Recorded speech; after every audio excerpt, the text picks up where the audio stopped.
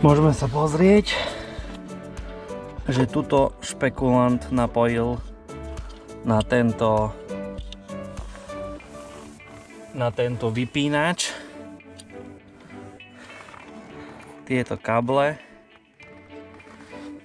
čiže je to prúd, ktorý odpája, keď sa zavrie auto s diaľkovým ovládaním. Čiže toto musíme rozobrať a napojiť to na stály prúd.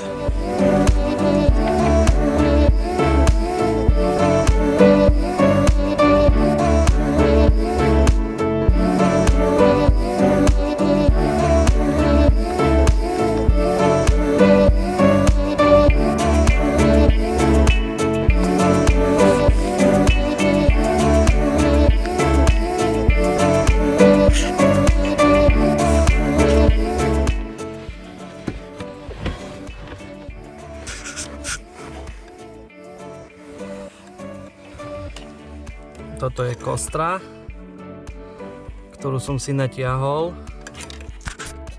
A teraz musíme nájsť plusko, kde bude plus trvalý prúd. Tu si môžeme natočiť, že kamera stále ide, aj keď auto som zamkol v prvom rade. V prvom rade treba tento zámok zamknúť, aby auto hlasilo, že sú zavreté dvere.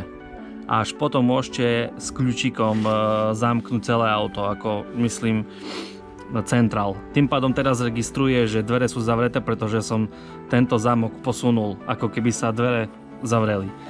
Čiže auto som zamkol s kľúčom a teraz čakám, kým táto kontrolka zhasne. Ak zhasne, to znamená, že auto sa uspalo a môžem začať merať prúd.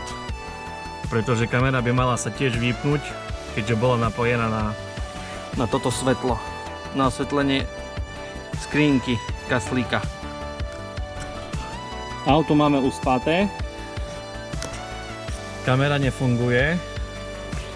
Čiže prúd tu už nie je a my môžeme ísť hľadať, kde je teraz stály prúd, ktorý nám ukáže 12 V. Takže prúd sme našli v tejto poistke, pretože nám ukazuje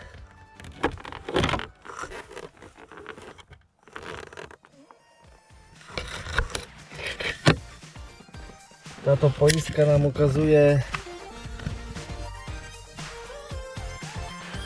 12 V. Čiže môžeme ju napojiť na túto červenú spodnú. Poistku máme napojenú na plus. Kostru máme tu na. A kamera ide, aj keď máme zamknuté auto a je uspaté.